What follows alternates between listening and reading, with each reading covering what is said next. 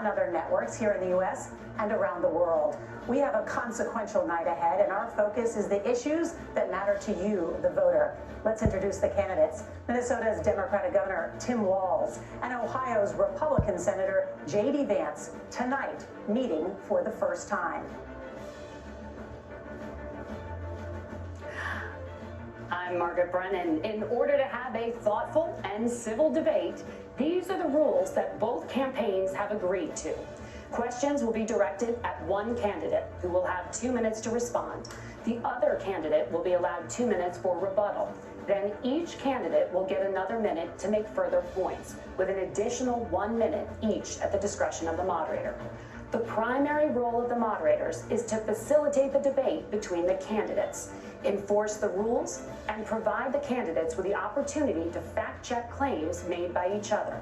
CBS News reserves the right to mute the candidates' microphones to maintain decorum. We have not shared the questions or topics with the campaigns. The stage is set. Governor, Senator, thank you for joining us. Let's get started. Tonight, our country is facing several unfolding crises. The Middle East is on the brink of war. Americans are suffering from the catastrophic impact of Hurricane Helene. And now a labor strike as 25,000 dock workers from Maine to Texas are picketing.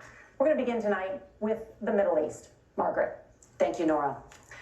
Earlier today, Iran launched its largest attack yet on Israel, but that attack failed, thanks to joint U.S. and Israeli defensive action.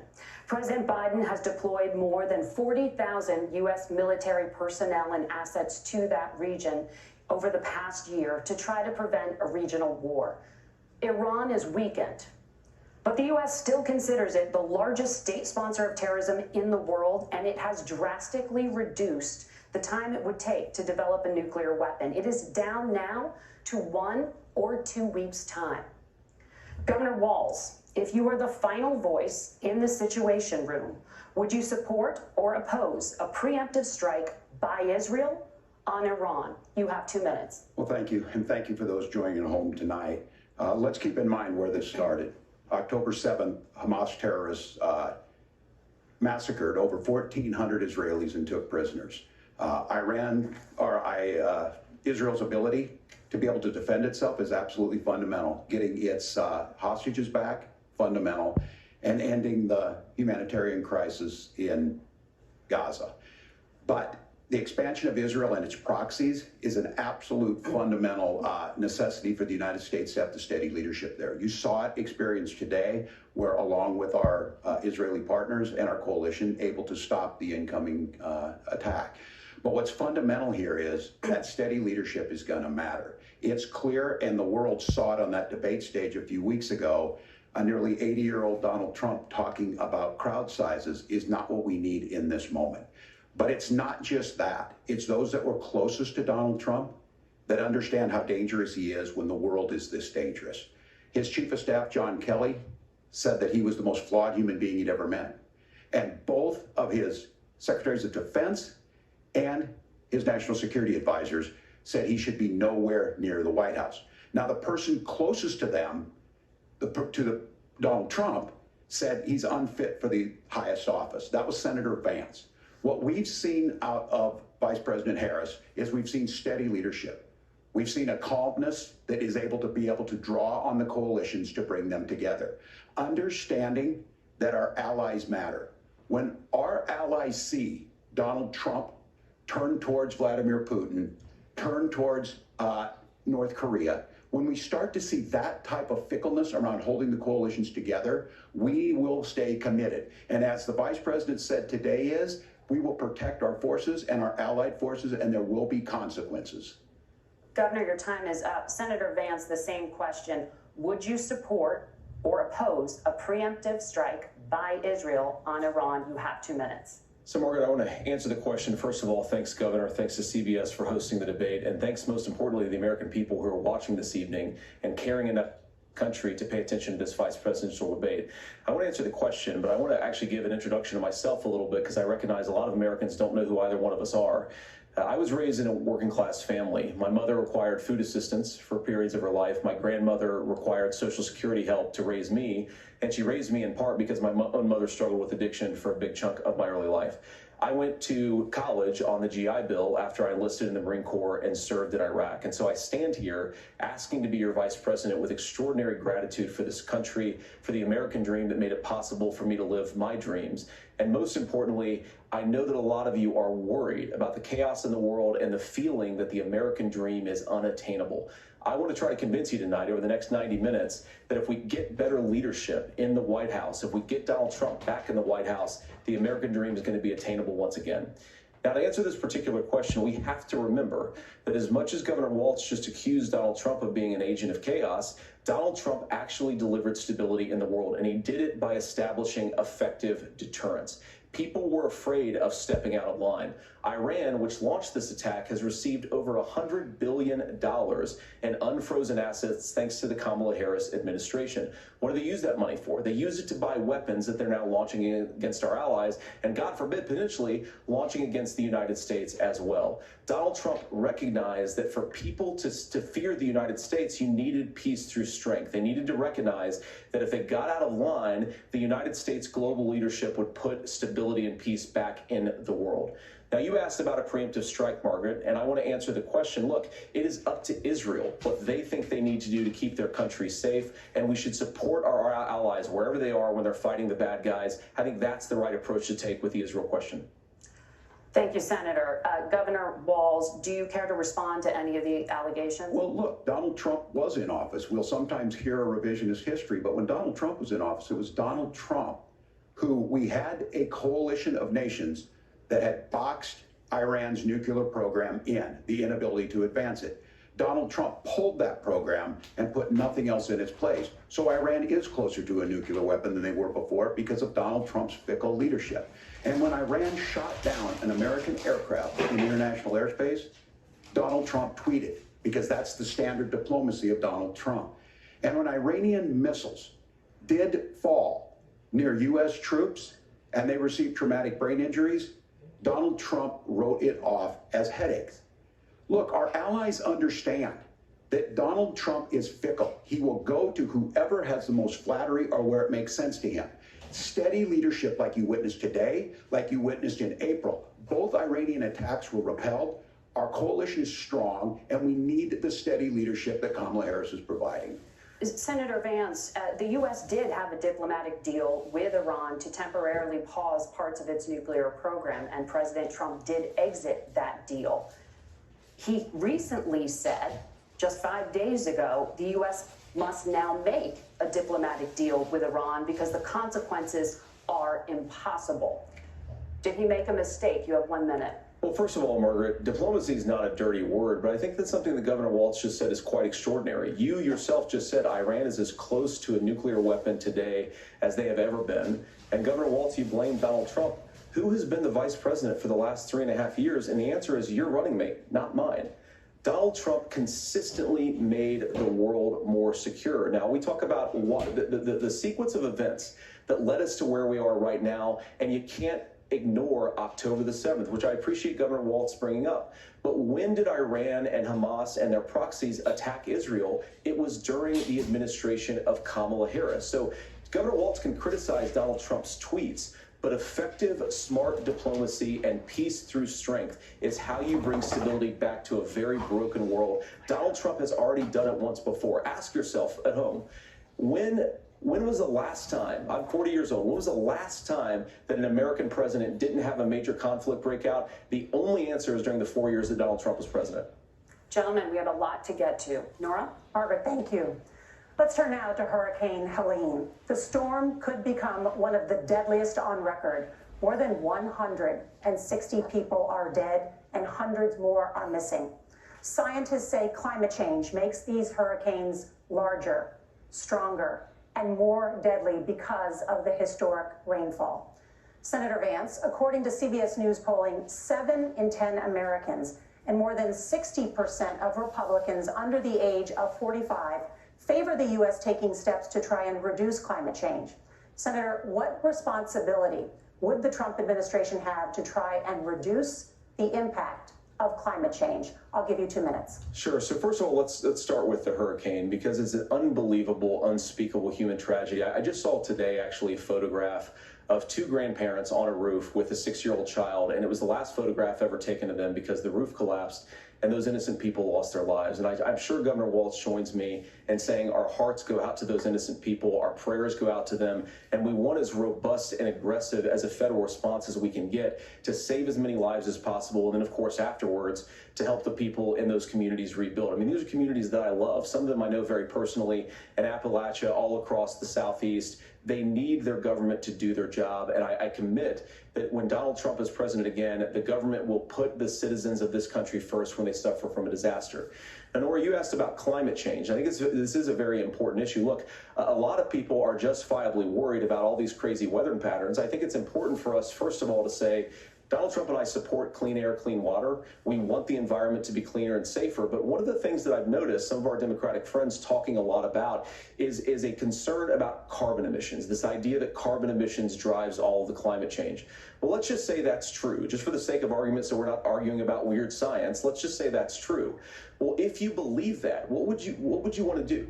The answer is that you'd want to reshore as much American manufacturing as possible, and you'd want to produce as much energy as possible in the United States of America because we're the cleanest economy in the entire world.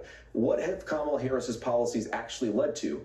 More energy production in China, more manufacturing overseas, more doing business in some of the dirtiest parts of the entire world. And when I say that, I mean the amount of carbon emissions they're doing per unit of economic output. So if we actually care about getting cleaner air and cleaner water, the best thing to do is to double down and invest in American workers and the American people. And unfortunately, Kamala Harris, exactly the opposite.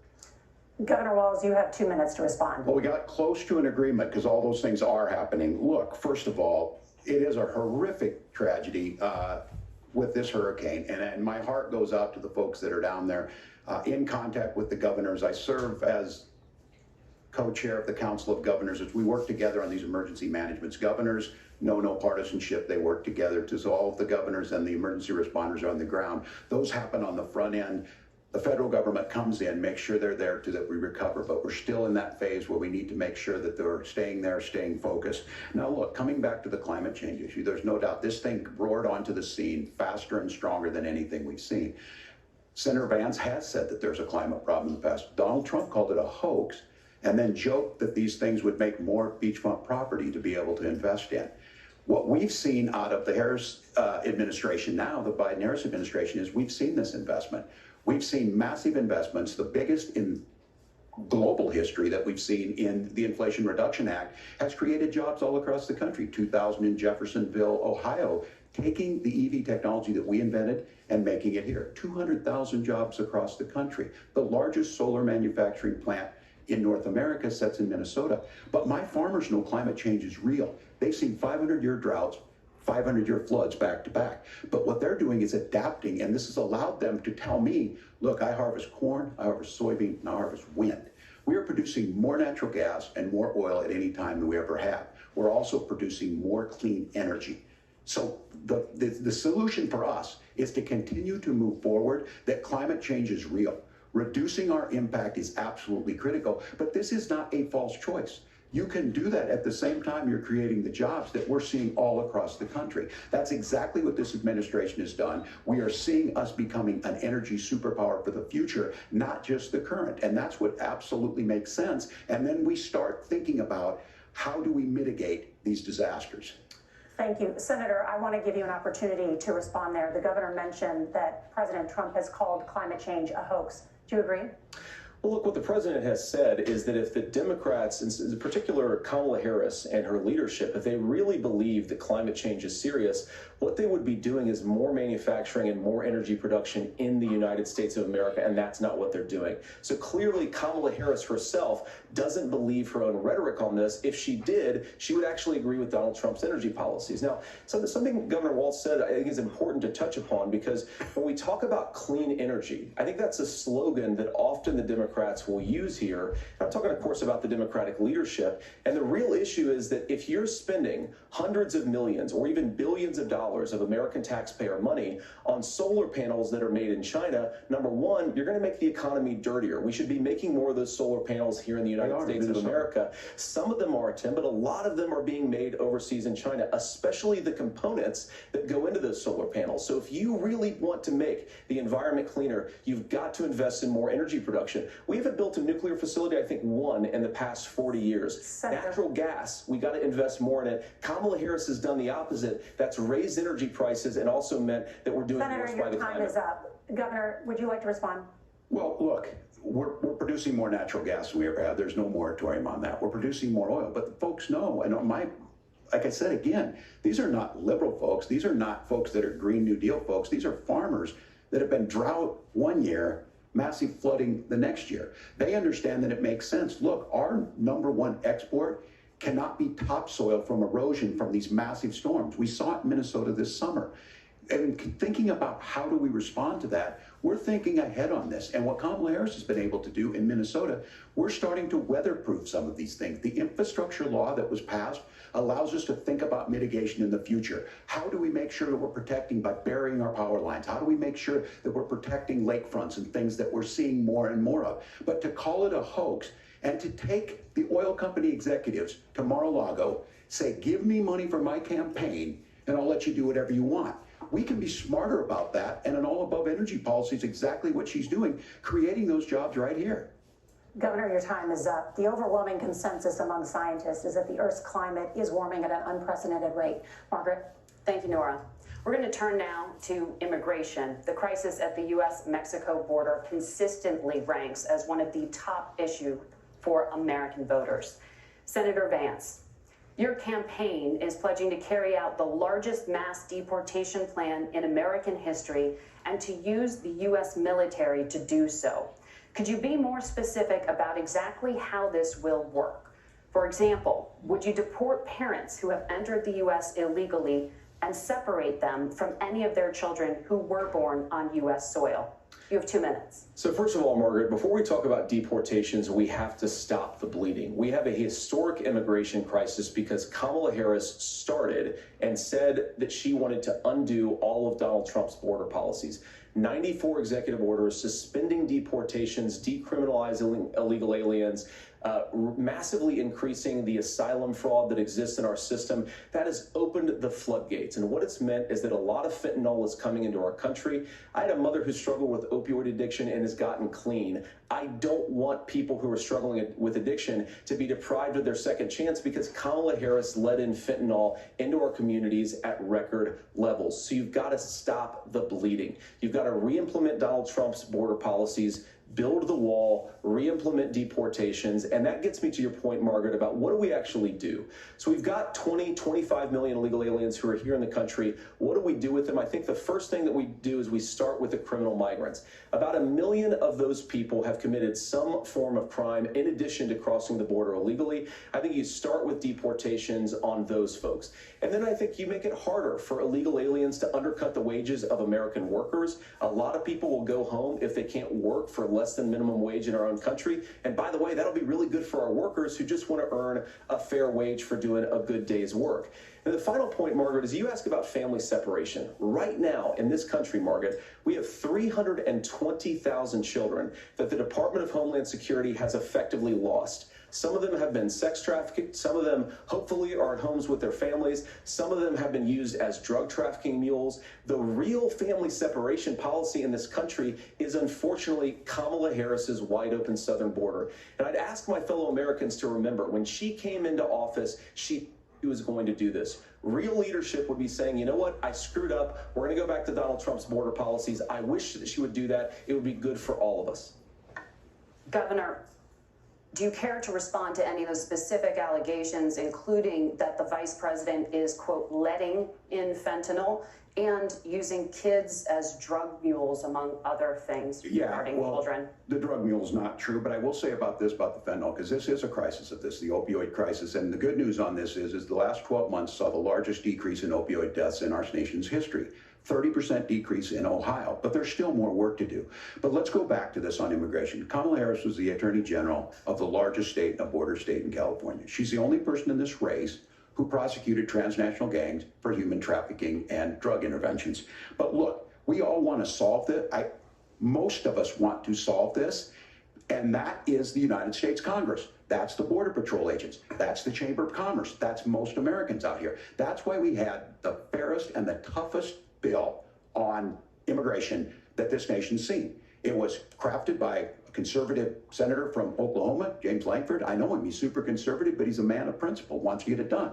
Democrats and Republicans worked on this piece of legislation. The Border Patrol said, this is what we need in here. These are the experts. And the Chamber of Commerce and the Wall Street Journal said, pass this thing. Kamala Harris helped get there. 1,500 new border agents, detection for drugs, DOJ money to speed up the adjudications on this, just what America wants. But as soon as I was getting ready to pass and actually tackle this, Donald Trump said no, told them to vote against it because it gives him a campaign issue. It gives him what would Donald Trump talk about if we actually did some of these things? And they need to be done by the legislature. You can't just do this through the executive branch. So look, we have the options to do this. Donald Trump had 4 years. He had 4 years to do this. And he promised you, America, how easy it would be. I'll build you a big, beautiful wall, and Mexico will pay for it. Less than 2% of that wall got built, and Mexico didn't pay a dime. But here we are again, 9 years after he came down that escalator, dehumanizing people and telling them what he was going to do. As far as the deportation plan, at one point, Senator Vance said it was so unworkable to be laughable. So that's where we're at. Pass the bill, she'll sign it. Governor, your time is up. Senator, the question was, will you separate parents from their children, even if their kids are U.S. citizens? You have 1 minute. Margaret, my point is that we already have massive child separations thanks to Kamala Harris's open border. And I didn't accuse Kamala Harris of inviting drug mules. I said that she enabled the Mexican drug cartels to operate freely in this country. And we know that they use children as drug mules, and it is a disgrace, and it has to stop. Look, I think what Tim said just doesn't pass the smell test. For 3 years, Kamala Harris went out bragging that she was going to undo Donald Trump's border policy. She did exactly that. We had a record number of illegal crossings. We had a record number of fentanyl coming into our country. And now that she's running for president, or a few months before, she says that somehow she got religion and cared a lot about a piece of legislation. The only thing that she did when she became the vice president, when she became the appointed border czar, was to undo 94 Donald Trump executive actions that opened the border. This problem is leading to massive problems in the United States of America. Parents who can't afford health care, schools that are overwhelmed. It's got to stop, and it will when Donald Trump is president. Senator, your time is up. Governor, what about our CBS News polling, which does show that a majority of Americans, more than 50%, support mass deportations? Look, we fix this issue with a bill that is necessary, but the issue on this is what happens when you don't want to solve it. You demonize it. And we saw this, and Senator Vance, and it surprises me on this, talking about and saying, I will create stories to bring attention to this. That vilified a large number of people who were here legally in the community of Springfield. The Republican governor said, it's not true, don't do it. There's consequences for this. There's consequences. We could come together. Senator Lankford did it. We could come together and solve this if we didn't let Donald Trump continue to make it an issue. And the consequences in Springfield were the governor had to send state law enforcement to escort kindergartners to school. I believe Senator Vance wants to solve this, but by standing with Donald Trump and not working together to find a solution, it becomes a talking point. And when it becomes a talking point like this, we dehumanize and villainize other human beings. Tim, Governor, your time is up. Senator, I'll give you 1 minute, but let me just ask you the question first. The governor has made the point, and I think as a sitting lawmaker, you know that Congress controls the purse strings and any funding. So you have said repeatedly that Donald Trump would, through executive action, solve this. Do you disagree that Congress controls the purse strings and would need to support many of the changes that you would actually want to implement? You have 1 minute. Look, Margaret, first of all, the gross majority of what we need to do at the southern border is just empowering law enforcement to do their job. I've been to the southern border more than our borders are. Kamala Harris has been, and it's actually heartbreaking because the Border Patrol agents, they just want to be empowered to do their job. Of course, additional resources would help, but most of this is about the president and the vice president empowering our law enforcement to say, if you try to come across the border illegally, you've got to stay in Mexico, you've got to go back through proper channels. Now, Governor Walz brought up the community of Springfield, and he's very worried about the things that I've said in Springfield. Look, in Springfield, Ohio, and in communities all across this country, you've got schools that are overwhelmed, you've got hospitals that are overwhelmed, you've got housing that is totally unaffordable because we brought in millions of illegal immigrants to compete with Americans for scarce homes. The people that I'm most worried about in Springfield, Ohio, are the American citizens who have had their lives destroyed by Kamala Harris's open border. It is a disgrace, Tim, and I actually think, I agree with you. I think you want to solve this problem, but I don't think that Kamala Harris does. Senator, your time is up. Governor, you have 1 minute to respond. Yeah, well, it is law enforcement that asked for the bill. They helped craft it. They're the ones that supported it. That's because they know we need to do this. Look, this issue of continuing to bring this up, of not dealing with it, of blaming migrants for everything. On housing, we could talk a little bit about Wall Street speculators buying up housing and making them less affordable, but it becomes a blame. Look, this bill also gives the money necessary to adjudicate. I agree, it should not take 7 years for an asylum claim to be done. This bill gets it done in 90 days. Then you start to make a difference in this, and you start to what we know, American principles. Look, I don't talk about my faith a lot, but Matthew 25:40 talks about, to the least amongst us you do unto me. I think that's true of most Americans. They simply want order to it. This bill does it. It's funded. It's supported by the people who do it. And it lets us keep our dignity about how we treat other people.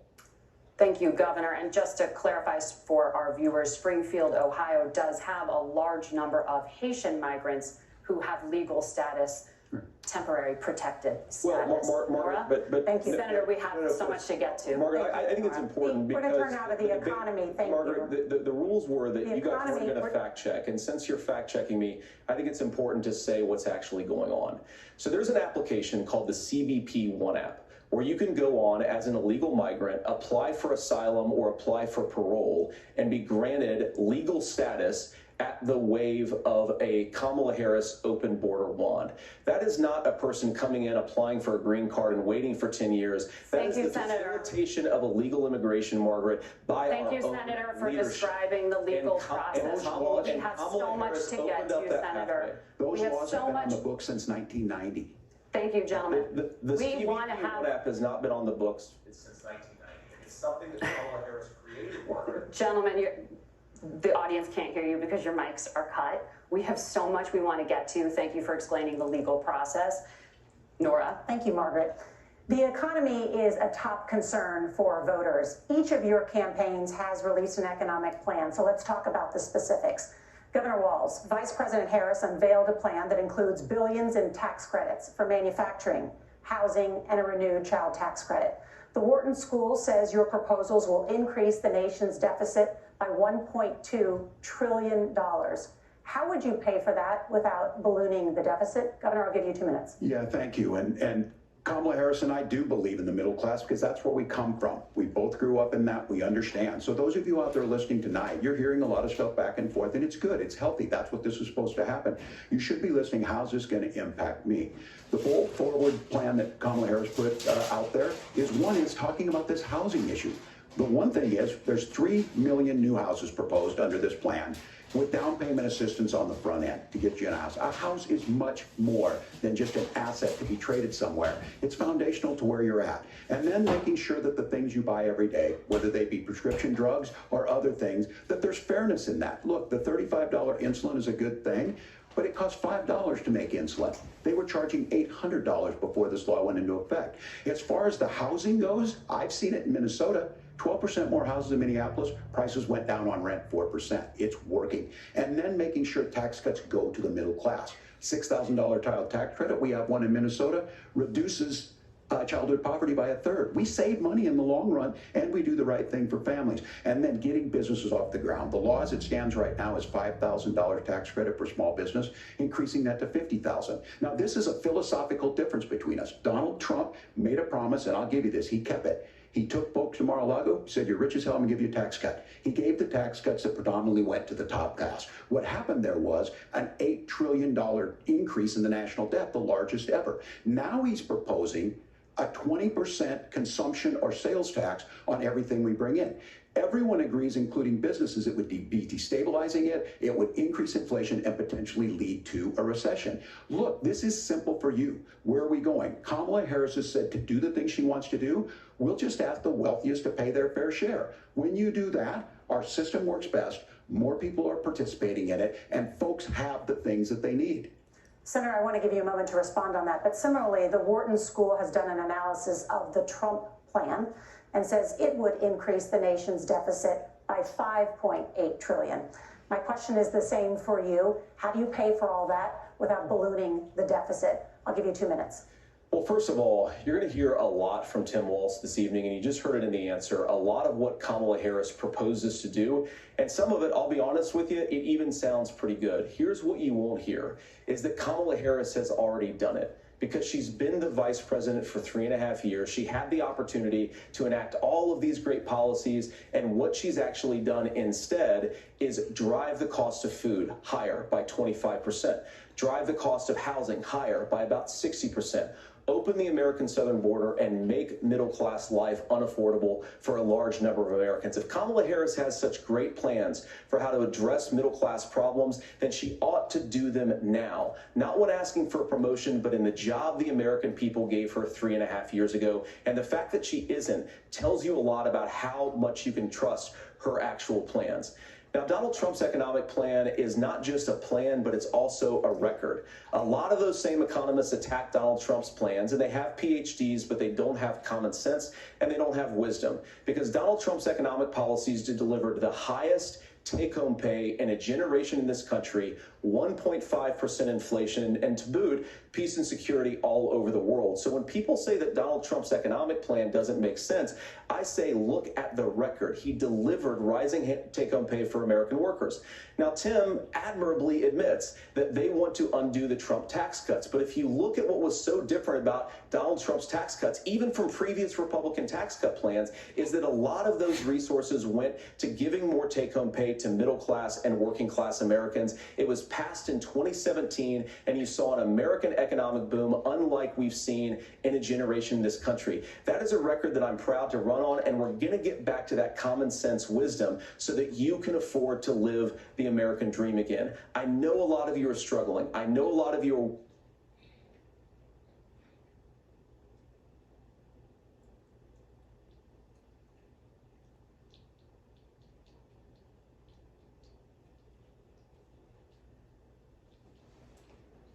struggling. I know a lot of you are worried about paying the bills. It's going to stop when Donald Trump brings back common sense to this country. Governor, do you want to respond to that? What has Kamala Harris done for the middle class? Yeah, well, Kamala Harris's day one was Donald Trump's failure on COVID that led to the collapse of our economy. We were already before COVID in a manufacturing recession, but 10 million people out of work, largest percentage since the Great Depression. 9 million jobs closed on that. That was day one. Whether it was the Infrastructure Act or other things we moved. Now, you made a question about experts, said this. I've made a note of this.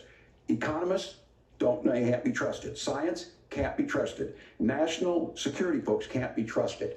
Look, if you're going to be president, you don't have all the answers. Donald Trump believes he does. My pro tip of the day is this. If you need heart surgery, listen to the people at the Mayo Clinic in Rochester, Minnesota, not Donald Trump. And the same thing goes with this. And I ask you out there, teachers, nurses, truck drivers, whatever, how is it fair that you're paying your taxes every year and Donald Trump hasn't paid any federal tax in the last 15 years? And the last year as president. That's what's wrong with the system.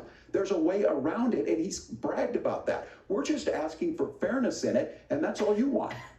You have a minute. Governor, you say trust the experts. But those same experts for 40 years said that if we shipped our manufacturing base off to China, we'd get cheaper goods. They lied about that. They said if we shipped our industrial base off to other countries, to Mexico and elsewhere, it would make the middle class stronger. They were wrong about that. They were wrong about the idea that if we made America less self-reliant, less productive in our own nation, that it would somehow make us better off, and they were wrong about it. And for the first time in a generation, Donald Trump had the wisdom and the courage to say to that bipartisan consensus, we're not doing it anymore. We're bringing American manufacturing back. We're unleashing American energy. We're going to make more of our own stuff. And this isn't just an economic issue. I mean, I've got 3 beautiful little kids at home, 7, 4, and 2, and I love them very much, and I hope they're in bed right now.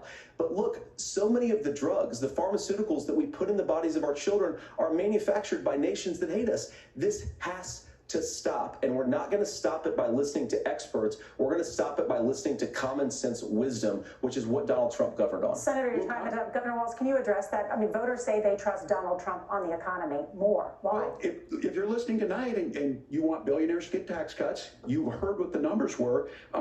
Look, I'm a union guy on this. I'm not a guy who wanted to ship things overseas, but I understand that, look, we produce soybeans and corn. We need to have fair trading partners. That's something that we believe in. I think the thing that most concerns me on this is Donald Trump was the guy who created the largest trade deficit in American history with China.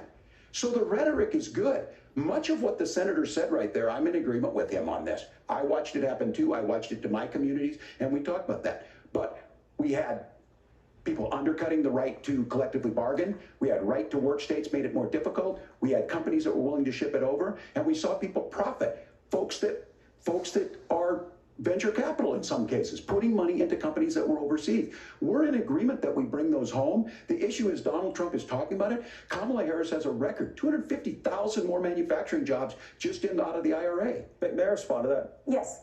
So appreciate that. So if you notice, what Governor Walz just did is he said, first of all, Donald Trump has to listen to the experts.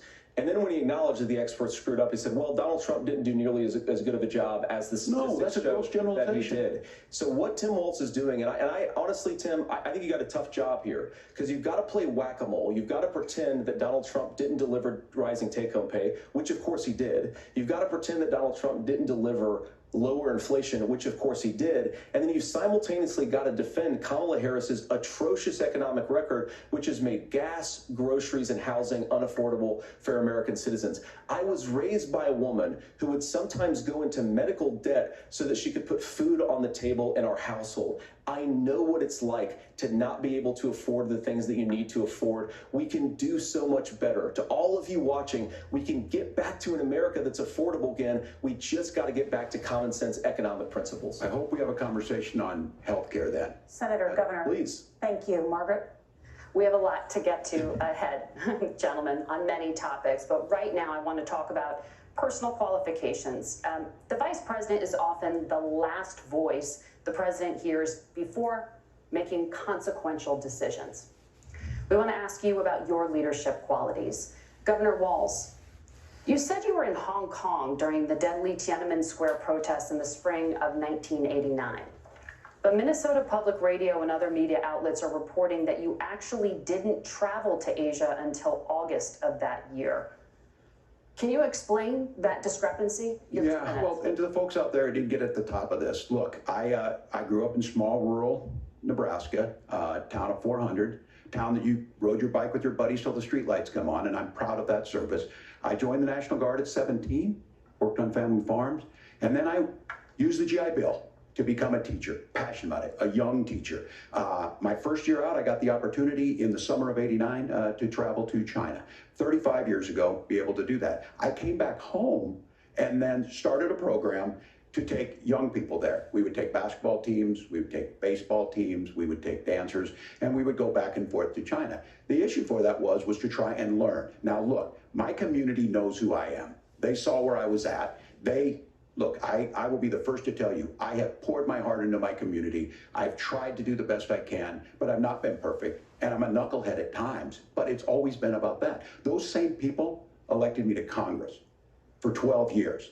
And in Congress, I was one of the most bipartisan people, working on things like farm bills that we got done, working on veterans benefits. And then the people of Minnesota were able to elect me to governor twice. So look, my commitment has been from the beginning to make sure that I'm there for the people, to make sure that I get this right. I will say more than anything, many times I will talk a lot, I will get caught up in the rhetoric, but being there, the impact it made, the difference it made in my life, I learned a lot about China. I hear the critiques of this. I would make the case that Donald Trump should have come on one of those trips with us. I guarantee you he wouldn't be praising Xi Jinping about COVID, and I guarantee you he wouldn't start a trade war that he ends up losing. So this is about trying to understand the world. It's about trying to do the best you can for your community, and then it's putting yourself out there and letting your folks understand what it is.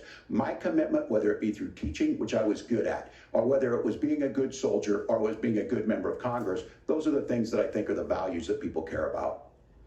Governor, just to follow up on that, the question was, can you explain the discrepancy? All I said on this was I got there that summer and misspoke on this. So I will just, that's what I've said. So I was in Hong Kong and China during the democracy protest went in. And from that, I learned a lot of what needed to be in governance. Thank you, Governor. Senator Vance, in 2016, you called your running mate, Donald Trump, unfit for the nation's highest office, and you said he could be America's Hitler. I know you've been asked many times, and you've said you regret those comments and explained you then voted for Donald Trump in 2020. But the Washington Post reported new messages last week in which you also disparaged Trump's economic record while he was president, writing to someone in 2020, quote, Trump thoroughly failed to deliver his economic populism. You're now his running mate, and you've shifted many of your policy stances to align with his. If you become vice president, why should Americans trust that you will give Donald Trump the advice he needs to hear, and not just the advice he wants to hear? You have 2 minutes. Well, first of all, Margaret, because I've always been open. And sometimes, of course, I've disagreed with the president, but I've also been extremely open about the fact that I was wrong about Donald Trump. I was wrong, first of all, because I believed some of the media stories that turned out to be dishonest fabrications of his record. But most importantly, Donald Trump delivered for the American people. Rising wages, rising take-home pay, an economy that worked for normal Americans, a secure southern border, a lot of things, frankly, that I didn't think he'd be able to deliver on. And yeah, when you screw up, when you misspeak, when you get something wrong and you change your mind, you ought to be honest with the American people about it. It's one of the reasons, Margaret, why I've done so many interviews is because I think it's important to actually explain to the American people where I come down on the issues and what changed. Now, you pointed out the messages from 2020.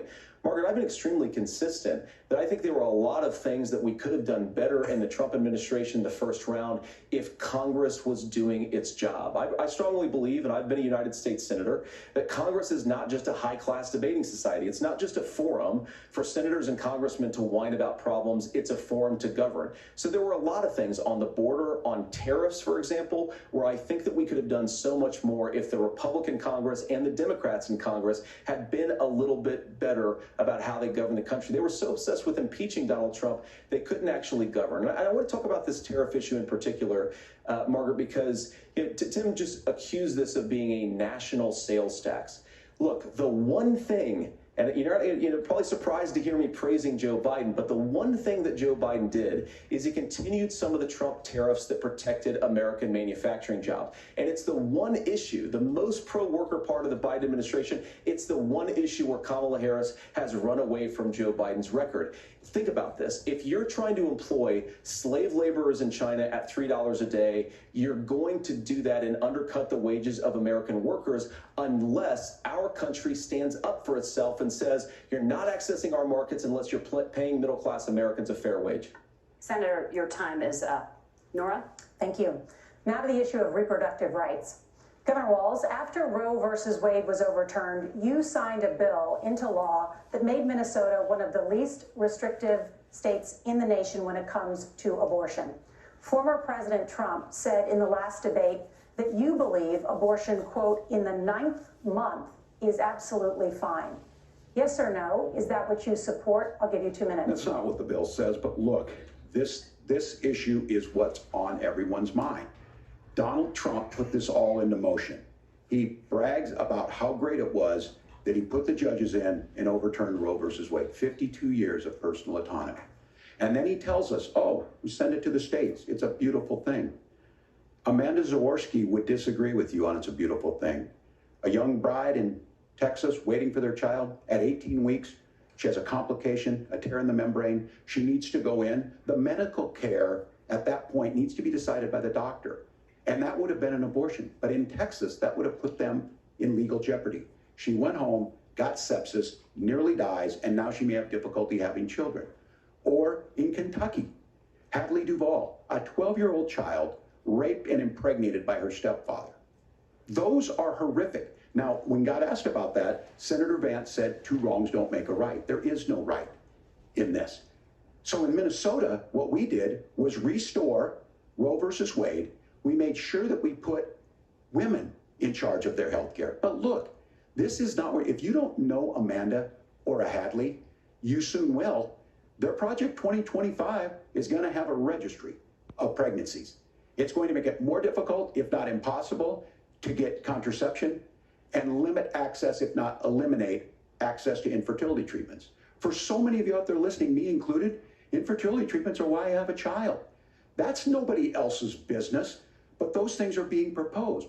And the catch-all on this is, well, the states will decide what's right for Texas might not be right for Washington. That's not how this works. This is basic human right. We have seen maternal mortality skyrocket in Texas, outpacing many other countries in the world. This is about healthcare. In Minnesota, we are ranked first in healthcare for a reason. We trust women, we trust doctors. Senator, do you want to respond to the governor's claim? Will you create a federal pregnancy monitoring agency? No, Nora, certainly we won't. And I want to talk about this issue because I know a lot of Americans care about it, and I know a lot of Americans don't agree with everything that I've ever said on this topic. And, you know, I grew up in a working class family in a neighborhood where I knew a lot of young women who had unplanned pregnancies and decided to terminate those pregnancies because they feel like they didn't have any other options. And, you know, one of them is actually very dear to me. And I know she's watching tonight, and I love you. And she told me something a couple years ago that she felt like if she hadn't had that abortion, that it would have destroyed her life because she was in an abusive relationship. And I think that what I take from that as a Republican who proudly wants to protect innocent life in this country, who proudly wants to protect the vulnerable, is that my party, we've got to do so much better of a job at earning the American people's trust back on this issue where they frankly just don't trust us. And I think that's one of the things that Donald Trump and I are endeavoring to do. I want us as a Republican Party to be pro-family in the fullest sense of the word. I want us to support fertility treatments. I want us to make it easier for moms to afford to have babies. I want it to make it easier for young families to afford a home so they can afford a place to raise that. And I think there's so much that we can do on the public policy front just to give women more options. Now, of course, Donald Trump has been very clear that on the abortion policy specifically, that we have a big country and it's diverse. And California has a different viewpoint on this than Georgia. Georgia has a different viewpoint from Arizona. And the proper way to handle this, as messy as democracy sometimes is to let voters make these decisions, let the individual states make their abortion policy. And I think that's what makes the most sense in a very big, a very diverse, and let's be honest, sometimes a very, very messy and divided country. Governor, would you like to respond and also answer the question about restrictions? Yeah, well, the question got asked and Donald Trump made the accusation that wasn't true about Minnesota. Well, let me tell you about this idea that there's diverse states. There's a young woman named Amber Thurman. She happened to be in Georgia, a restrictive state. Because of that, she had to travel a long distance to North Carolina to try and get her care. Amber Thurman died in that journey back and forth. The fact of the matter is, how can we as a nation say that your life and your rights, as basic as the right to control your own body, is determined on geography? There's a very real chance had Amber Thurman lived in Minnesota, she would be alive today. That's why the restoration of Roe versus Wade. When you listen to Vice President Harris talk about this subject and you hear me talk about it, you hear us talking exactly the same. Donald Trump is trying to figure out how to get the political right of this. I agree with a lot of what Senator Vance said about what's happening. His running mate, though, does not, and that's the problem. Governor, your time is up. Senator, let me ask you about that. He mentioned, it was, I think, referring to a national ban. In the past, you have supported a federal ban on abortion after 15 weeks. In fact, you said if someone can't support legislation like that, quote, you are making the United States the most barbaric pro-abortion regime anywhere in the entire world. My question is, why have you changed your position? Well, Nora, first of all, I never supported a national ban. I did, during when I was running for Senate in 2022, talk about setting some minimum national standard. For example, we have a partial birth abortion ban in place in this country at the federal level. I don't think anybody's trying to get rid of that, or at least I hope not, though I know that Democrats have taken a very radical pro-abortion stance. But Nora, you know, one of the things that changed is in the state of Ohio, we had a referendum in 2023, and the people of Ohio voted overwhelmingly, by the way, against my position. And I think that what I learned from that, Nora, is that we've got to do a better job at winning back people's trust. So many young women would love to have families. So many young women also see an unplanned pregnancy as something that's going to destroy their livelihood, destroy their education, destroy their relationships. And we have got to earn people's trust back. And that's why Donald Trump and I are committed to pursuing pro-family policies, making childcare more accessible, making fertility treatments more accessible, because we've got to do a better job at that. And that's what real leadership is. Governor, your response. I'm going to respond on the pro-abortion piece of that. No, we're not. We're pro-women. We're pro-freedom to make your own choice. We know what the implications are to not be that. Women having miscarriages, women not getting the care, physicians feeling like they may be prosecuted for providing that care. And as far as making sure that we're educating our children and giving them options, Minnesota's a state with one of the lowest teen pregnancy rates. We understand that too. We know that the options need to be available, and we make that true. We also make it, we're a top 3 state for the best place to raise children. But these two things, to try and say that we're pro-children, but we don't like this, or you guys are pro-abortion, that's not the case at all. We are pro-freedoms for women to make their choices, and we're going, and Kamala Harris is making the case, to make options for children more affordable, a $6,000 child tax credit, but we're not going to base that on the backs of making someone like Amber Thurman drive 600 miles to try and get health care. Senator? May I respond to that? First of all, Governor, I agree with you. Amber Thurman should still be alive, and there are a lot of people who should still be alive, and I certainly wish that she was. And maybe you're free to disagree with me on this and explain this to me, but as I read the Minnesota law that you signed into law, the statute that you signed into law, it says that a doctor who presides over an abortion where the baby survives, the doctor is under no obligation to provide life-saving care to a baby who survives a botched late-term abortion. That is, I think, whether you're pro-choice or pro-abortion, that is fundamentally barbaric. And that's why I use that word, Nora, is because some of what we've seen, do you want to force Catholic hospitals to perform abortions against their will? Because Kamala Harris has supported suing Catholic nuns to violate their freedom of conscience. We can be a big and diverse country where we respect people's freedom of conscience and make the country more pro-baby and pro-family. But please. Yes, Governor, please respond. Look, this is one where there's always something there. This is a very simple proposition. These are women's decisions to make about their healthcare decisions, and the physicians who know best when they need to do this. Trying to distort the way a law is written to try and make a point, that's not it at all. What was I wrong about, Governor? Please tell me, what was I wrong about? That is not the way the law is written. Look, I've given this, I've given this advice on a lot of things, that getting involved, that's been misread, and it was fact-checked at the last debate. But the point on this is there's a continuation of these guys to try and tell women or to get involved. I use this line on this, just mind your own business on this. Things work best when Roe versus Wade was in place. When we do a restoration of Roe, that works best. That doesn't preclude us from increasing funding for children. It doesn't increase us from making sure that once that child's born, like in Minnesota, they get meals, they get early childhood education, they get health care.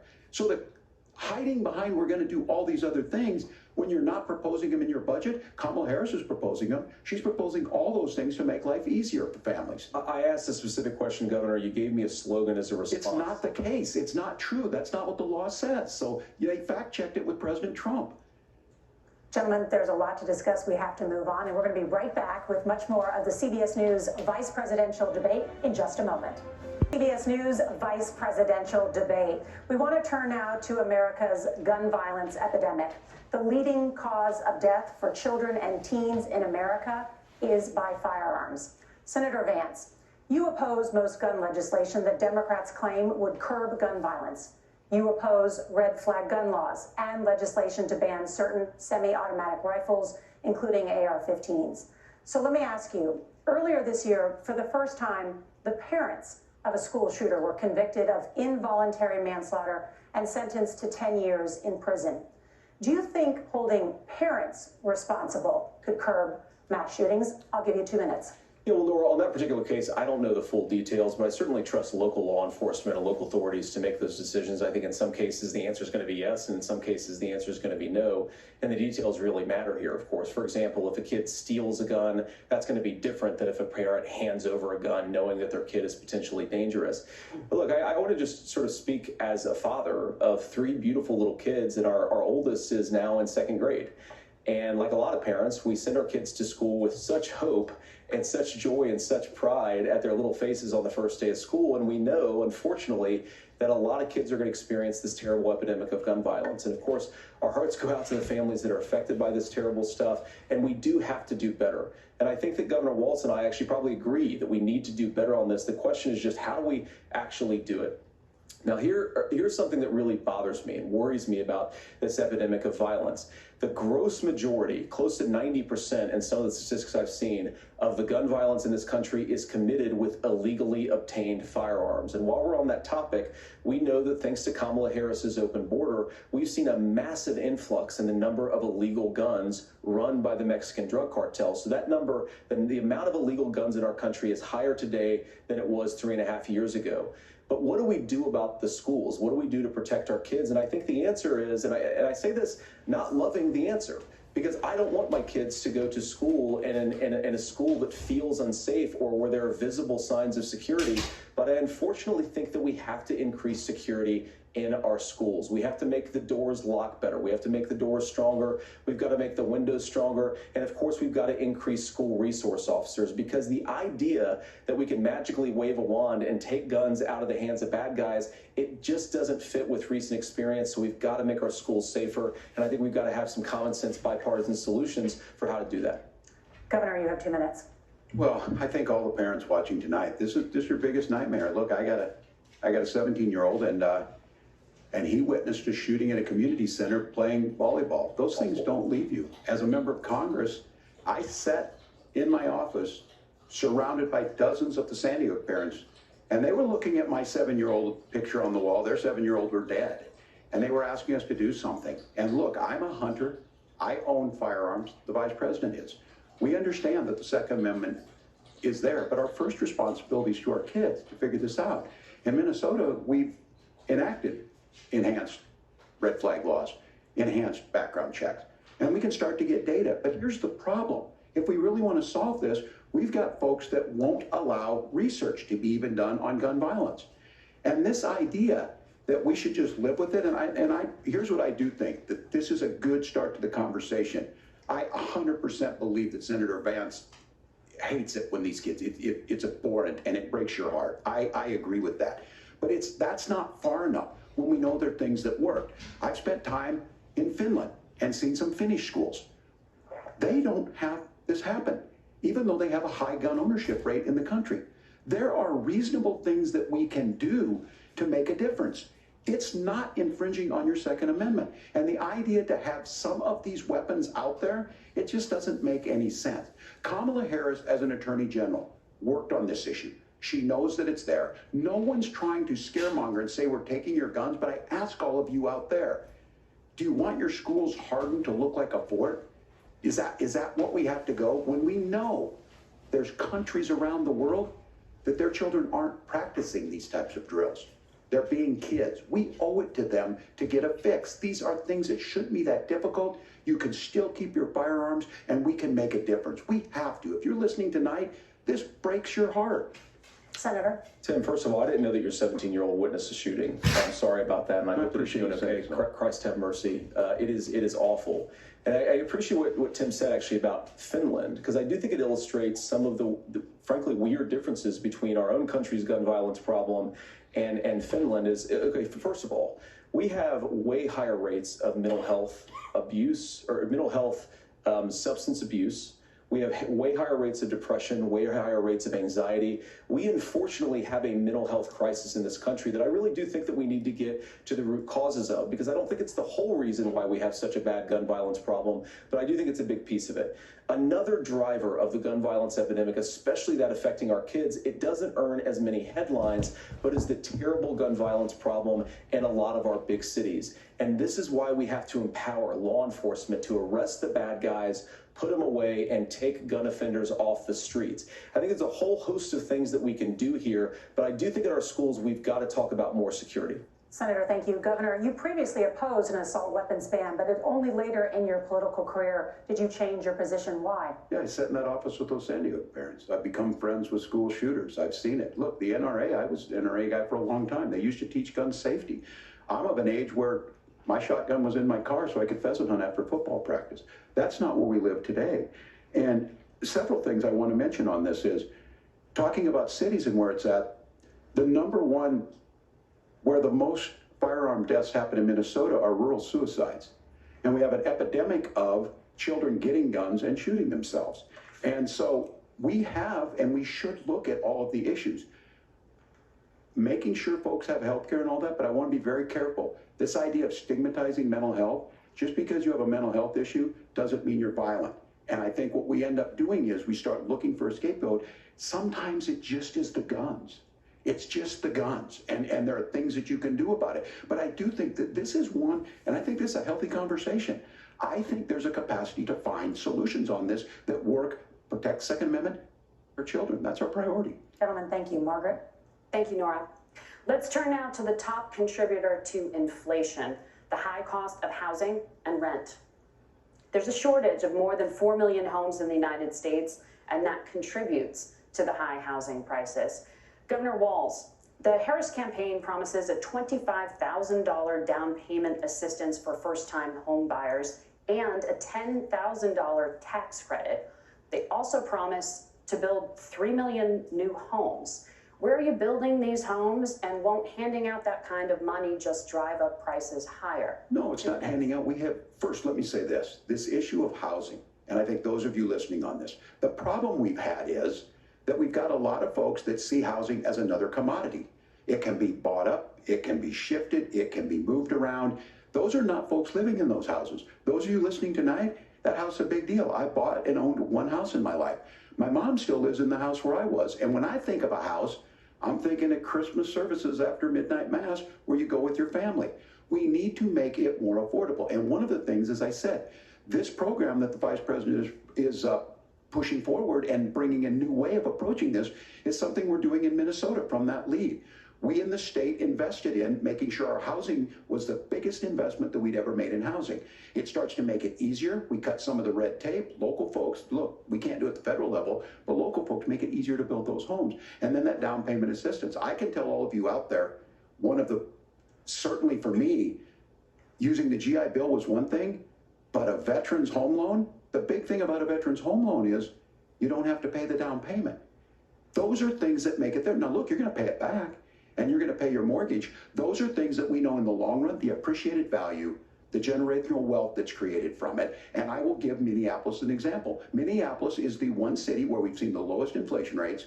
We've seen a 12% increase in stock because we put some of these things in, and we're implementing a state program to make sure we give some of that down payment assistance. We get it back from people because here's what we know. People with stable housing end up with stable jobs. People with stable housing have their kids able to get to school. All of those things in the long run end up saving our money. And that's the thing that I think we should be able to find some common ground in, but we can't blame immigrants for the only reason. That's not the case that's happening in many cities. The fact of the matter is that we don't have enough naturally affordable housing, but we can make sure that the government's there to help kickstart it, create that base.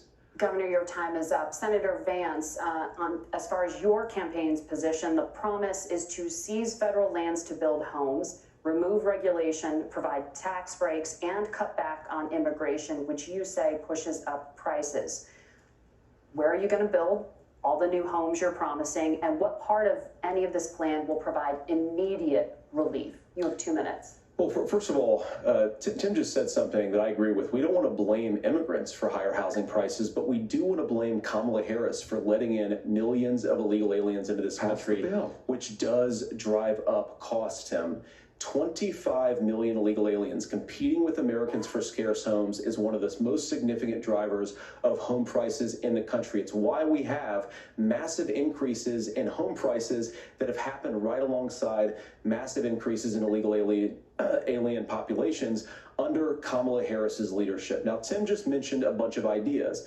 Now, some of those ideas I actually think are halfway decent, and some of them I disagree with, but the most important thing here is Kamala Harris is not running as a newcomer to politics. She is the sitting vice president. If she wants to enact all of these policies to make housing more affordable, I invite her to use the office that the American people already gave her, not sit around and campaign and do nothing while Americans find the American dream of homeownership completely unaffordable. Now, you asked, Margaret, what would immediately change the equation for American citizens if you lower energy prices? As Donald Trump says, drill, baby, drill. One of the biggest drivers of housing costs, aside from illegal immigration, is, think about it. If a truck driver is paying 40% more for diesel, then the lumber he's delivering to the job site to build a house is also going to become a lot more expensive. If we open up American energy, you will get immediate pricing relief for American citizens, not, by the way, just in housing, but in a whole host of other economic goods, too.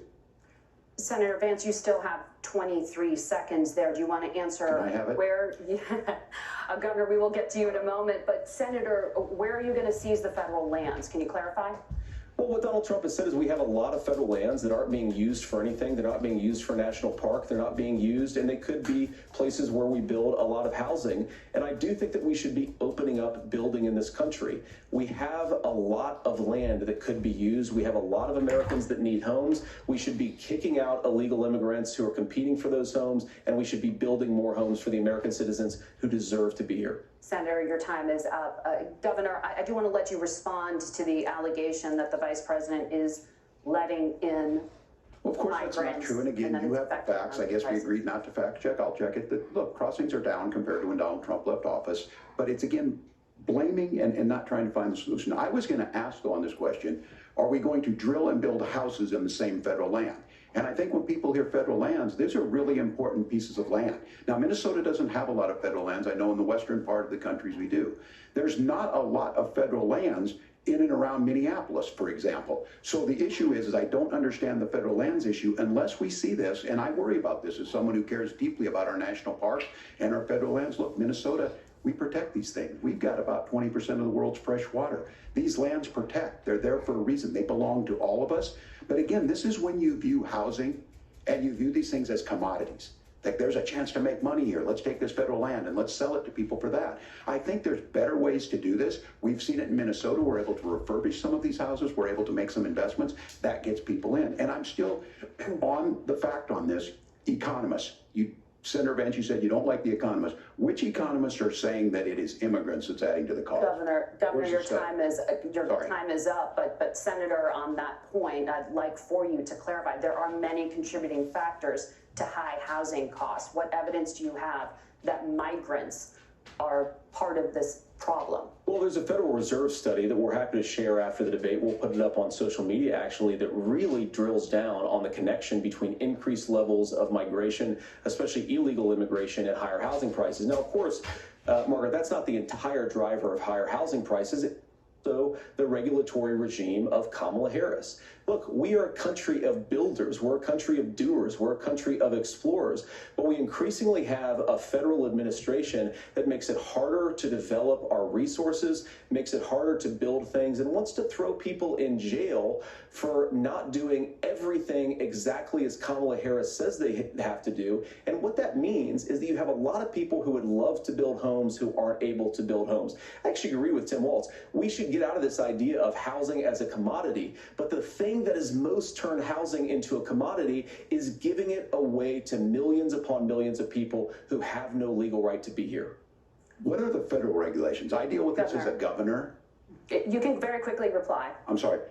I get this as a governor, and I don't necessarily disagree with that in some cases, many of those are local, many of them are state. I don't know which ones are federal, but I think whenever we talk regulations, people think they can get rid of them I think you want to be able to get out of your house in a fire. I think you want to make sure that it's fireproof and those types of things. So which are the regulations? Because the vice president's not responsible for those. Congress writes those. Governor, thank you. Gentlemen, we have a lot to get to. You're passionate about the housing crisis, I can tell. But Nora? Thank you.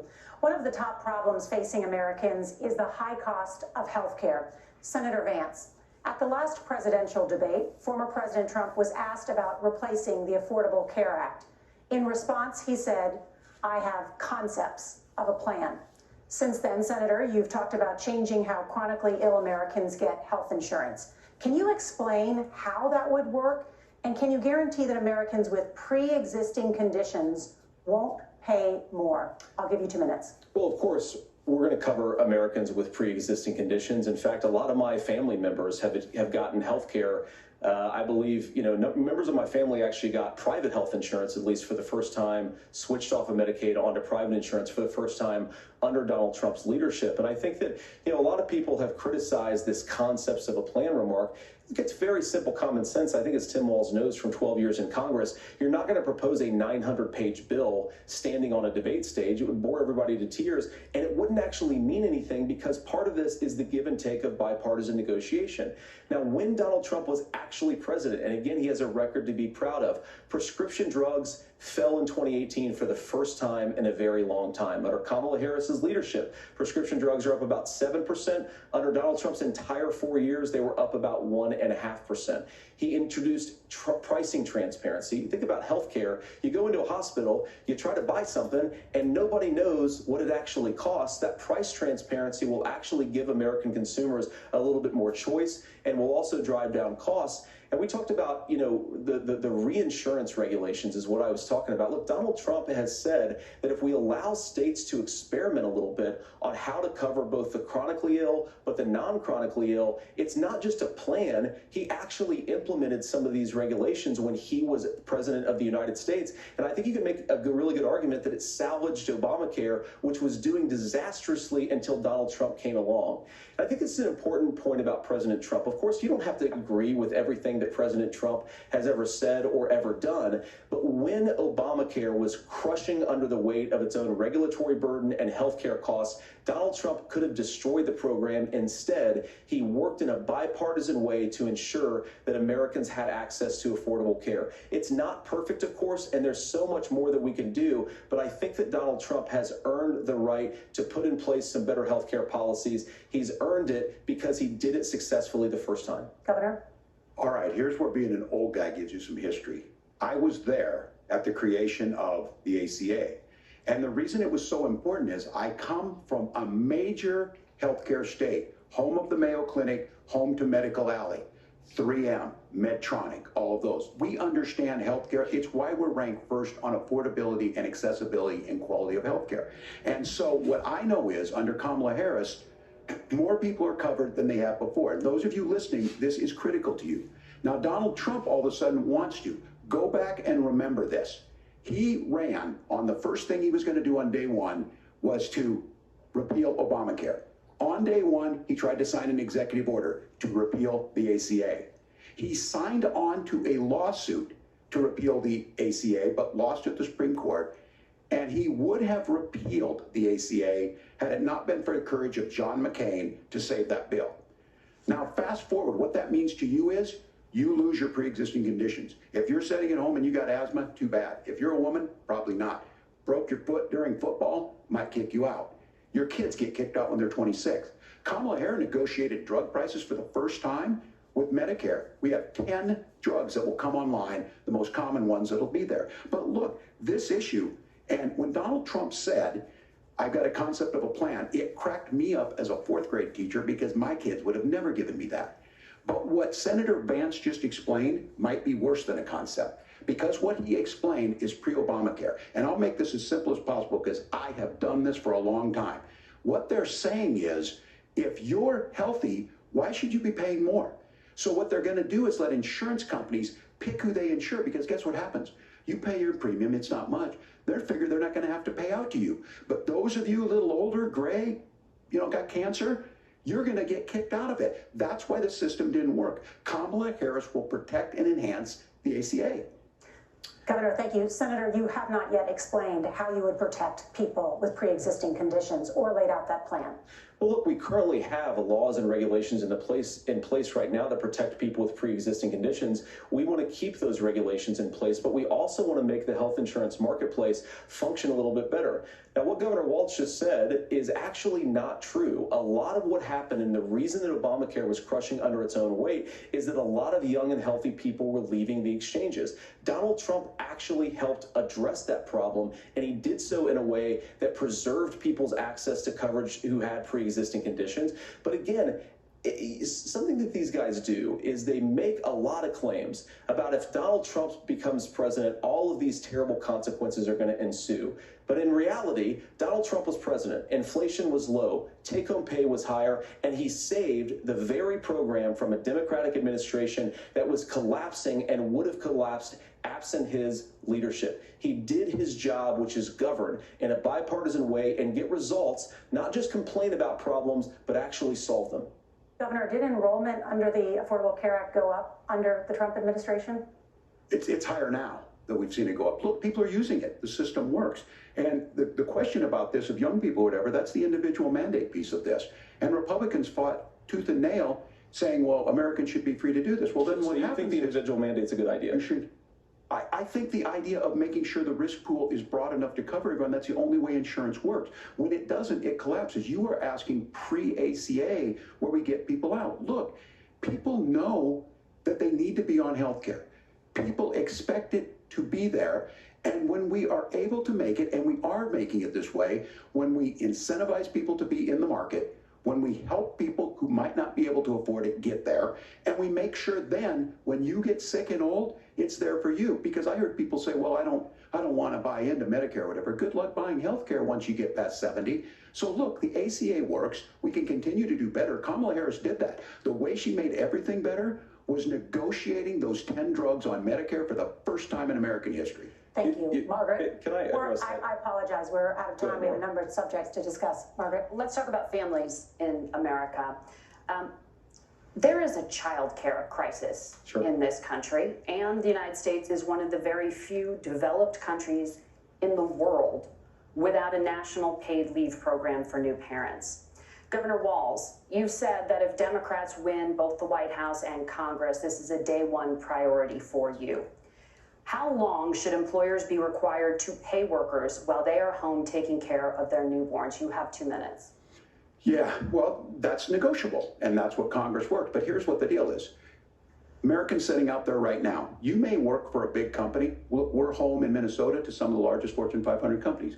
Kamala Harris knows that in California. Those companies provide paid family and medical leave. One is, I think they're moral and they think it's a good thing, but it also keeps their employees healthy. We in Minnesota passed a paid family and medical leave. You have a child, and I had to go back to work 5 days after my kids were born. This allows you to stay home a certain amount of time. What we know is that gets the child off to a better start, the family works better, we stay in their employers, we get more consistency in that. So Kamala Harris has made it a priority. We implemented it in Minnesota and we see growth. That's how you become a pro-business state. But the negotiations on it, and here's the issue, those big companies are able to offer it. Those of you out there who don't have it, just imagine what happens if you get cancer or your child gets sick. We know what happens. You end up staying home. In some cases, that means no paycheck because you've got no protection on that. This is the case of an economy that Donald Trump has set for the wealthiest amongst us. He's willing to give those tax breaks to the wealthiest.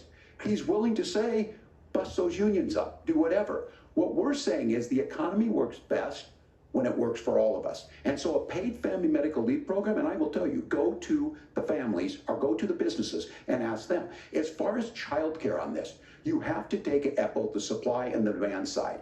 You can't expect the most important people in our lives to take either our children or our parents to get paid the least amount of money.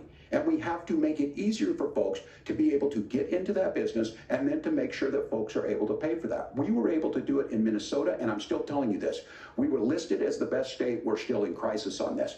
A federal program of paid family and medical leave and help with this will enhance our workforce, enhance our families, and make it easier to have the children that you want.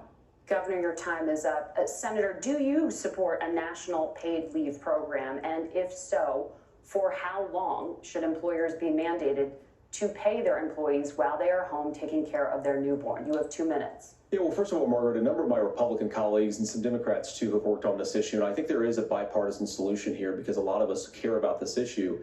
I mean, look, I speak from this very personally because I'm married to a beautiful woman who is an incredible mother to our 3 beautiful kids, but is also a very, very brilliant corporate litigator. And I'm so proud of her. But being a working mom, even for somebody with all of the advantages of my wife, is extraordinarily difficult. And it's not just difficult from a policy perspective. She actually had access to paid family leave because she worked for a bigger company. But the cultural pressure on young families and especially young women, I think makes it really hard for people to choose the family model they want. A lot of young women would like to go back to work immediately. Some would like to spend a little time home with the kids. Some would like to spend longer at home with the kids. We should have a family care model that makes choice possible. And I think this is a very important substantive difference between Donald Trump and Kamala Harris's approach. I mean, look, if you look at the federal programs that we have that support paid family leave right now, the Community Development Block Grant, and there's another block grant program that spends a lot of money from the federal government.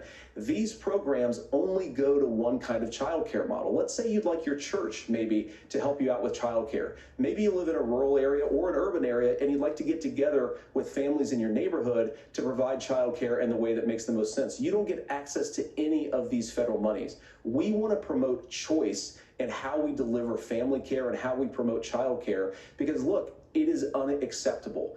And, you know, of course, Tim and I have been on the campaign trail a lot the past 7 or 8 weeks. And one of the biggest complaints I hear from young families is people who feel like they don't have options, like they're choosing between going to work or taking care for their kids. That is an incredible burden to put on American families. We're the only country that does it. I think we could do a heck of a lot better. Senator, thank you. You have also said, Senator Vance, many things about the American family. The Federal Reserve says parents will spend nearly as much on child care as they do on housing each month. So I want to get your thoughts on this. President Trump recently said, as much as child care is talked about as being expensive, it's relatively speaking not very expensive compared to the kinds of numbers we'll be taking in.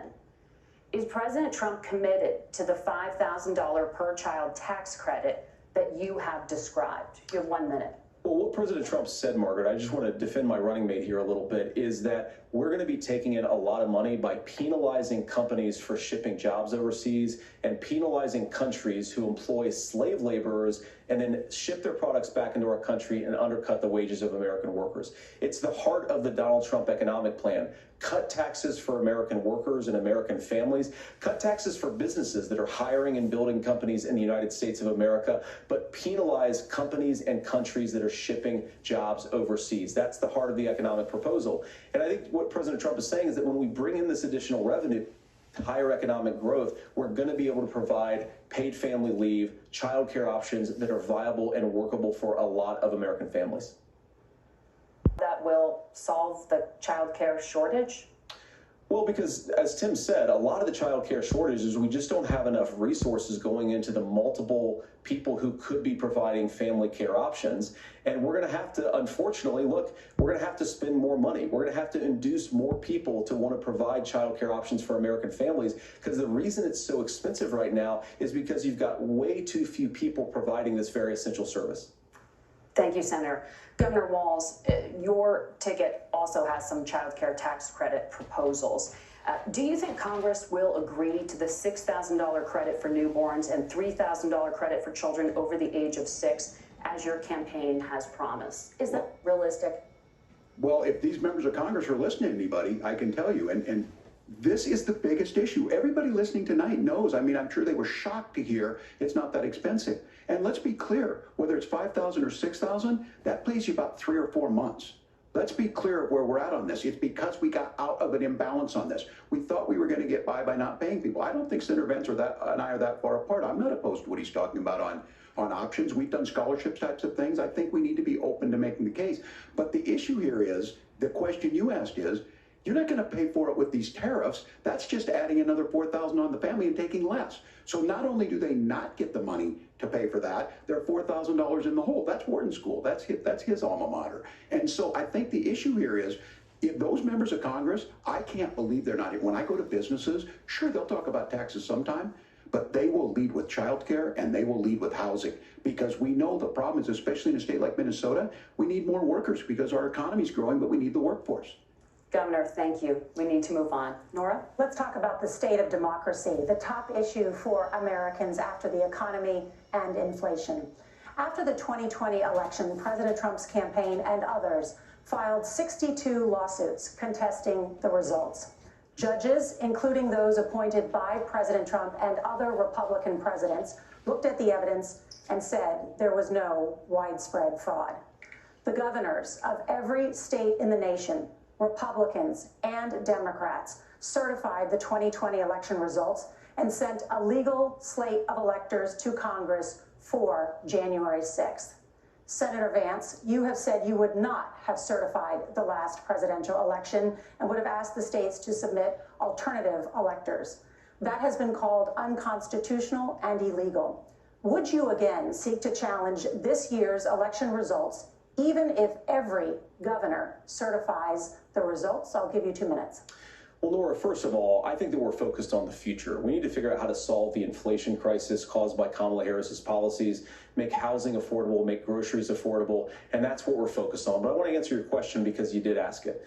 Look, what President Trump has said is that there were problems in 2020, and my own belief is that we should fight about those issues, debate those issues peacefully in the public square, and that's all I've said, and that's all that Donald Trump has said. Remember, he said that on January the 6th, the protesters ought to protest peacefully. And on January the 20th, what happened? Joe Biden became the president, Donald Trump left the White House, and now, of course, unfortunately, we have all of the negative policies that have come from the Harris-Biden administration.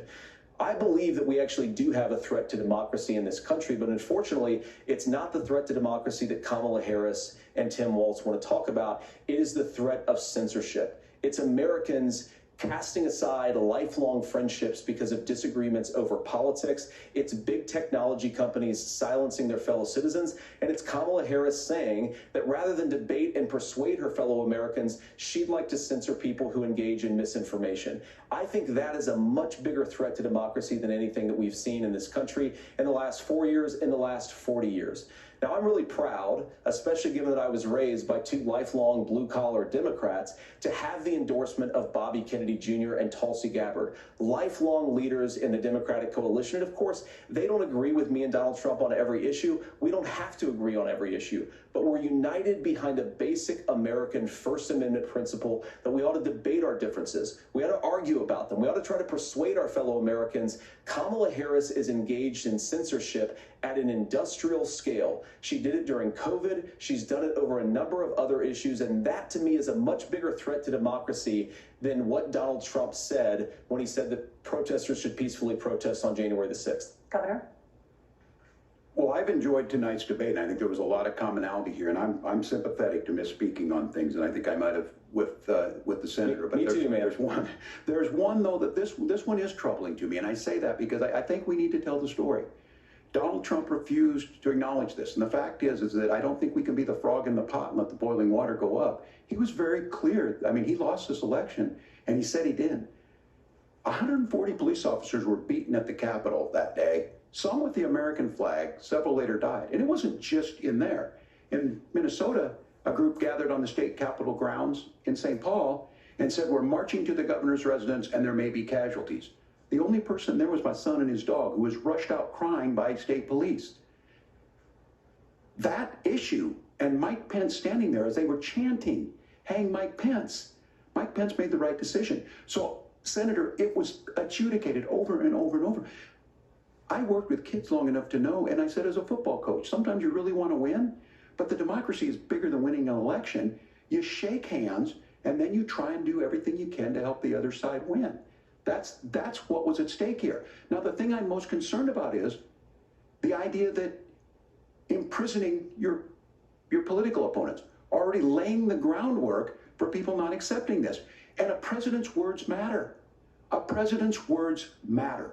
people hear that. So I think this issue of settling our differences at the ballot box, shaking hands when we lose, being honest about it, but to deny what happened on January 6th, the first time in American history that a president or anyone tried to overturn a fair election and the peaceful transfer of power. And here we are 4 years later in the same boat. I will tell you this, that when this is over, we need to shake hands this election, and the winner needs to be the winner. This has got to stop. It's tearing our country apart.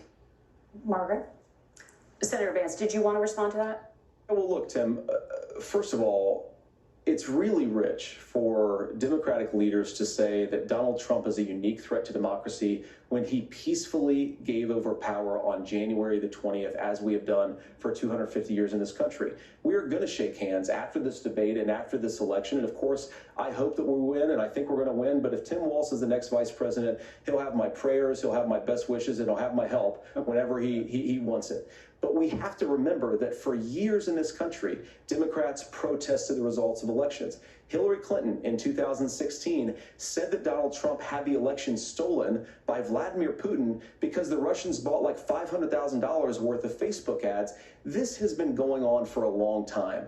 And if we want to say that we need to respect the results of the election, I'm on board. But if we want to say, as Tim Walz is saying, that this is just a problem that Republicans have had, I don't buy that. Governor. January 6th was not Facebook ads. And I think a revisionist history on this. Look, I don't understand how we got to this point. But the issue was that happened. Donald Trump can do it. And all of us say there's no place for this. It has massive repercussions. This idea that there's censorship to stop people from threatening to kill someone, threatening to do something, that's not censorship. Censorship is book banning. We've seen that. We've seen that brought up. I just think for everyone tonight, and I'm going to thank Senator Vance. I think this is the conversation they want to hear. And I think there's a lot of agreement. But this is one that we are miles apart on. This was a threat to our democracy in a way that we had not seen. And it manifested itself because of Donald Trump's inability to say. He is still saying he didn't lose the election. I would just ask that, did he lose the 2020 election? Tim, I'm focused on the future. Did Kamala Harris censor Americans from speaking their mind in the wake of the 2020 COVID situation? That is a damning non-answer. It's a damning non-answer for you to not talk about censorship. Obviously, Donald Trump and I think that there were problems in 2020. We've talked about it. I'm happy to talk about it further. But you guys attack us for not believing in democracy. The most sacred right under the United States democracy is the First Amendment. You yourself have said there's no First Amendment right to misinformation. Kamala Harris wants to use the power of government and big tech to silence people from speaking their minds. That is a threat to democracy that will long outlive this present political moment. I would like Democrats and Republicans to both reject censorship. Let's persuade one another. Let's argue about ideas, and then let's come together afterwards. You can't yell fire in a crowded theater.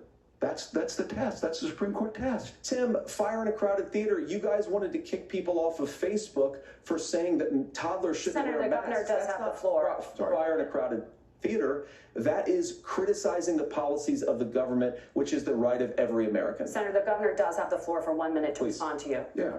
Well, I don't run Facebook. What I do know is I see a candidate out there who refused, and now again, and this, I'm pretty shocked by this. He lost the election. This is not a debate. It's not anything anywhere other than in Donald Trump's world. Because look, when Mike Pence made that decision to certify that election, that's why Mike Pence isn't on this stage. What I'm concerned about is, where is the firewall with Donald Trump? Where is the firewall if he knows he could do anything, including taking an election, and his vice president's not going to stand to it? That's what we're asking you, America. Will you stand up? Will you keep your oath of office, even if the president doesn't? And I think Kamala Harris would agree. She wouldn't have picked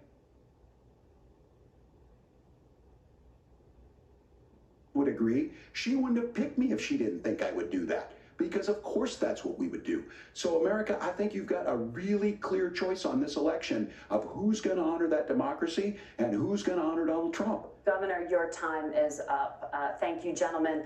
We will be right back with both of our candidates. The CBS News Vice Presidential Debate. Vice Presidential Debate. It is now time for the closing statement. Senator Vance won the virtual coin toss and elected to go last. So, Governor Walz, you are first. You have 2 minutes. Well, thank you, Senator Vance. Thank you to CBS News. And most importantly, thank you to all of you. If you're still up and the folks who miss Dancing with Our Stars, I appreciate it. But look, the support of the democracy matters. It matters that you're here. And I'm as surprised as anybody of this coalition that Kamala Harris has built, from Bernie Sanders to Dick Cheney to Taylor Swift, and a whole bunch of folks in between there. And they don't all agree on everything, but they are truly optimistic people. They believe in a positive future of this country and one where our politics can be better than it is. And I have to tell you, that better than it is the sense of optimism that there can be an opportunity economy that works for everyone, not just to get by, but to get ahead. And the idea that freedom really means something. Not the freedom of government to be in your bedroom or exam room, but the freedom for you to make choices about yourself. Now, look, we all know who Donald Trump is. He's told us, and as Maya Angelou said, believe him when he told you that. His first inaugural address talked about American carnage. And then he spent 4 years trying to maybe do that. Senator Vance tonight made it clear he will stand with Donald Trump's agenda. He will continue to push down that road. Excuse me. Kamala Harris gives us a different option. Now, I'll have to tell you, I'm going to be careful about the quotes, but there's one that Senator Vance said that does resonate with me. He said, Donald Trump makes the people I care about afraid. A lot of America feels that way. We don't need to be afraid. Franklin Roosevelt was right. All we have to fear is fear itself. Kamala Harris is bringing us a new way forward. She's bringing us a politics of joy. She's bringing real solutions for the middle class, and she's centering you at the heart of that. All the while asking everyone, join this movement, make your voices heard. Let's look for a new day where everybody gets that opportunity and everybody gets a chance to thrive. I humbly ask for your vote on November 5th for Kamala Harris. Governor Walz, thank you. Senator Vance, your closing statement. Well, I want to thank Governor Walz, you folks at CBS, and of course the American people for tuning in this evening. And one of the issues we didn't talk about was energy. And I remember when I was being raised by my grandmother, when she didn't have enough money to turn on the heat some nights because Ohio gets pretty cold at night and because money was often very tight. And I believe, as a person who wants to be your next vice president, that we are a rich and prosperous enough country where every American, whether they're rich or poor, ought to be able to turn on their heat in the middle of a cold winter night. That's gotten more difficult thanks to Kamala Harris's energy policies. I believe that whether you're rich or poor, you ought to be able to afford a nice meal for your family. That's gotten harder because of Kamala Harris's policies. I believe that whether you're rich or poor, you ought to be able to afford to buy a house. You ought to be able to live in safe neighborhoods. You ought to not have your communities flooded with fentanyl. And that too has gotten harder with because of Kamala Harris's policies. Now, I've been in politics long enough to do what Kamala Harris does when she stands before the American people and says that on day one, she's going to work on all these challenges I just listed. She's been the vice president for 3.5 years. Day one was 1,400 days ago, and her policies have made these problems worse. Now, I believe that we have the most beautiful country in the world. I meet people on the campaign trail who can't afford food, but have the grace and generosity to ask me how I'm doing and to tell me they're praying for my family. What that has taught me is that we have the greatest country, the most beautiful country, the most incredible people anywhere in the world. But they're not going to be able to achieve their full dreams with the broken leadership that we have in Washington. They're not going to be able to live their American dream if we do the same thing that we've been doing for the last 3.5 years. We need change. We need a new direction. We need a president who has already done this once before and did it well. Please vote for Donald Trump. And whether you vote for me or vote for Tim Walz, I just want to say I'm so proud to be doing this, and I'm rooting for you. God bless you, and good night. Senator Vance, thank you. And thank you both for participating in the only vice presidential debate of this election cycle. I'm Margaret Brennan.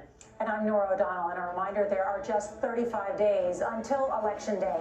Please get out and vote. And for all of us here at CBS News, thank you and good night.